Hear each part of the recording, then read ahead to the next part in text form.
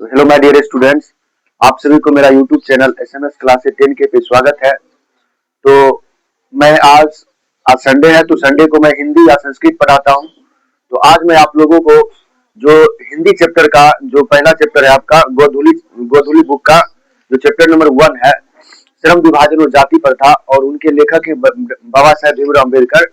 तो इस चैप्टर को मैंने आपको समरी के तौर पे वीडियो के माध्यम से 1 और 2 पार्ट करके समझा दिया हूँ अपने चैनल के माध्यम से, और उसका मैंने ऑब्जेक्टिव भी करा दिया है।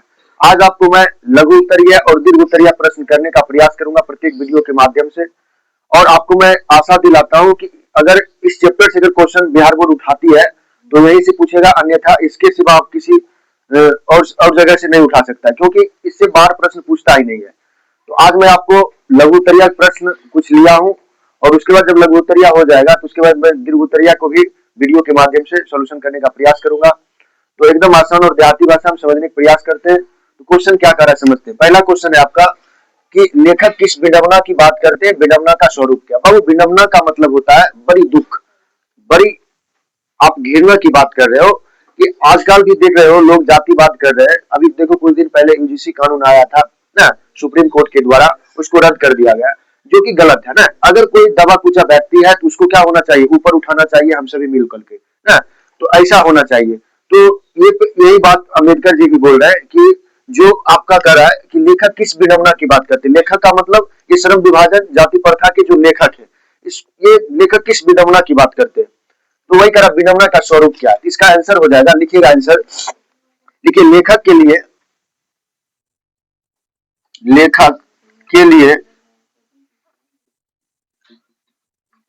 लेखक के लिए विडंबना की बात यह है कि विडंबना की बात यह है कि यह है कि विडंबना की बात यह है कि इस आधुनिक युग में इस आधुनिक इस आधुनिक युग में भी इस आधुनिक युग में भी जाति युग में भी जातिवाद जातिवाद के पोषक जातिवाद के पोषक जातिवाद के पोषक की कमी नहीं है। पोषक की कमी नहीं है, कमी नहीं है। 2 नंबर पूछेगा आपसे कि बताओ लेखक किस विडंबना की बात करते हैं, विडंबना का स्वरूप क्या है। तो लेखक क्या बोलते हैं, देखिए लेखक कर रहे, लेखक के लिए विडंबना की बात यह है कि इस आधुनिक युग में भी, अर्थात इतने पढ़े लिखे व्यक्ति के समूह में भी लोग क्या कर रहे, जातिवाद कर रहे हैं, नहीं कर रहे हैं। तो ये बहुत विडंबना की बात है।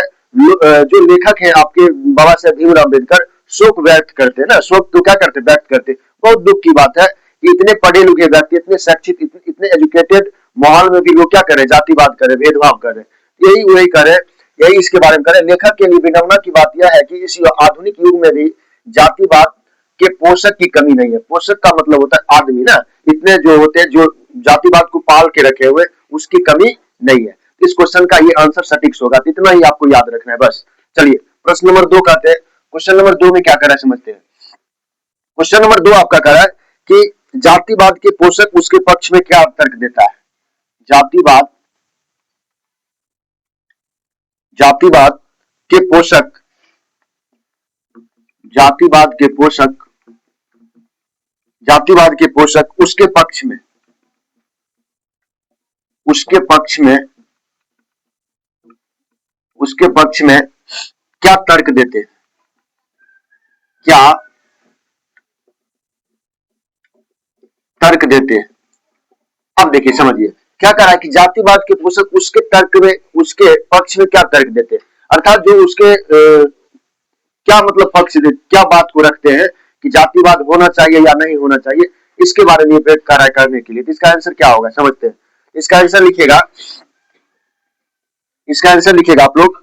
जातिवाद के पक्ष में दिए गए तर्कों जातिवाद जातिवाद के पक्ष में जातिवाद के पक्ष में दिए गए तर्कों पर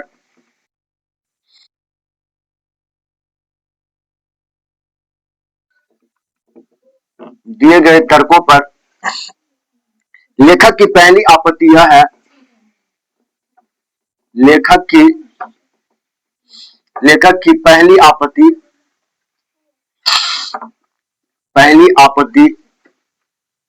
लेखक की पहली आपत्ति यह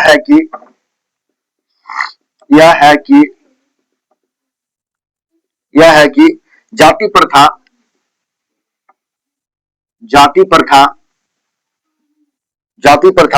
श्रम विभाजन के साथ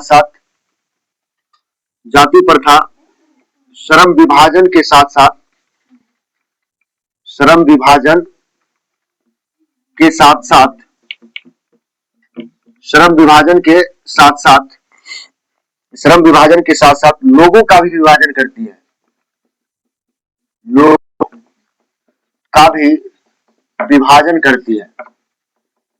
का भी क्या करती है? विभाजन करती है, बंटवारा करती है ना। लोगों का क्या करती है? विभाजन करती है। श्रम विभाजन निश्चय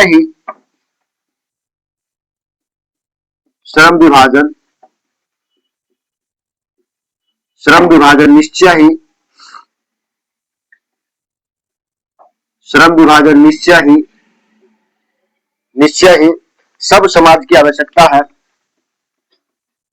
सब समाज की आवश्यकता है,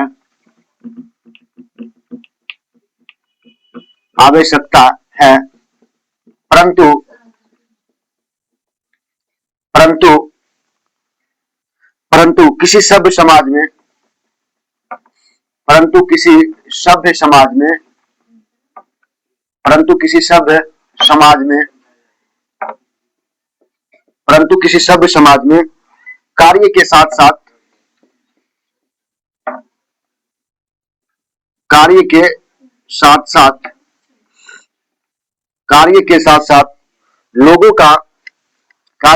साथ लोगों का विभाजन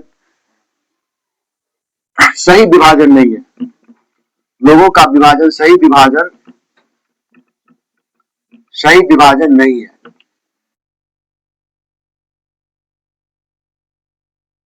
वो कितना सुंदर बात बोले। देखिए सुंदर बात क्या बोले समझिए।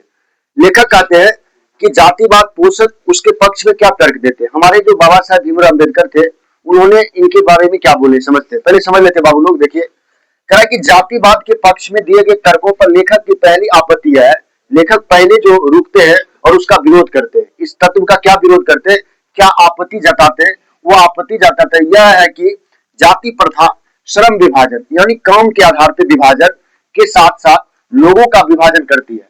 जो आपका श्रम विभाजन है, जो श्रम विभाजन है वो उसके काम को तो बंटवारा करता ही करता है, लेकिन आदमी में भी क्या करता है? भेदभाव उत्पन्न कर देता है। जैसे कोई व्यक्ति जो जूता सी रहा है और आप क्या है? प्रोफेसर है, तो आप जूते सीने वाले से क्या करें? भेदभाव कर रहे हैं। अगर कोई व्यक्ति इंजीनियर है और उसके नीचे कोई व्यक्ति काम कर रहा है तो उनके काम में भी क्या करते हैं? लोग उनके साथ भेदभाव करते हैं, जो कि क्या है? गलत है। तो वही अम्बेडकर जी इस चीज का खंडन करते हैं। अरे भाई जातिवाद पोषक तत्व है वहां तक सही है, लेकिन उनके काम के आधार पर उनका क्या करना है? उनका दुरुपयोग नहीं करना, उनके साथ भेदभाव नहीं करना है। वही कह रहे हैं, क्या कर रहे हैं कि लोगों यहाँ पे आपत्ति यह है कि विभाजन के साथ साथ लोगों का भी विभाजन करती है। श्रम विभाजन निश्चय ही सब समाज की आवश्यकता है। अम्बेडकर जी ये भी उनके भी विरोधाभास के पक्ष में बोल रहे हैं कि ये बात सही है कि जो आदमी जितना पढ़ा है उसको उतने आधार पर काम मिलना चाहिए। जो आदमी जैसा काम जानता है उसको उस आधार पर काम मिलना चाहिए। ये बात का मैं समर्थन करता हूँ। कौन बोल रहे हैं? अम्बेडकर जी बोल रहे हैं। लेकिन ये बात गलत है कि अगर तुम काम के आधार पर तुम अगर भेदभाव करते हो तो वो क्या है? बहुत गलत बात है। वही कह रहे समझिए क्या करें, साथ साथ लोगों का भी विभाजन करती है। श्रम विभाजन निश्चय ही, देखिए यहाँ पे कह रहे हैं ना, निश्चय शब्द लिखे यानी एकदम फिक्स बात बोल रहे हैं कि सब समाज की आवश्यकता है। वो कह रहे सब समाज की आवश्यकता जरूरी है कि जो व्यक्ति जितना पढ़ा है उसको उस आधार पर काम मिलना चाहिए। अगर मुझे पढ़ाने की क्षमता है तो मुझे पढ़ाने की जो ड्यूटी होना चाहिए। ठीक है, मुझे अगर मान लीजिए कि मुझे जूता सीने आता तो मुझे जूता सीने का मिलना चाहिए। अगर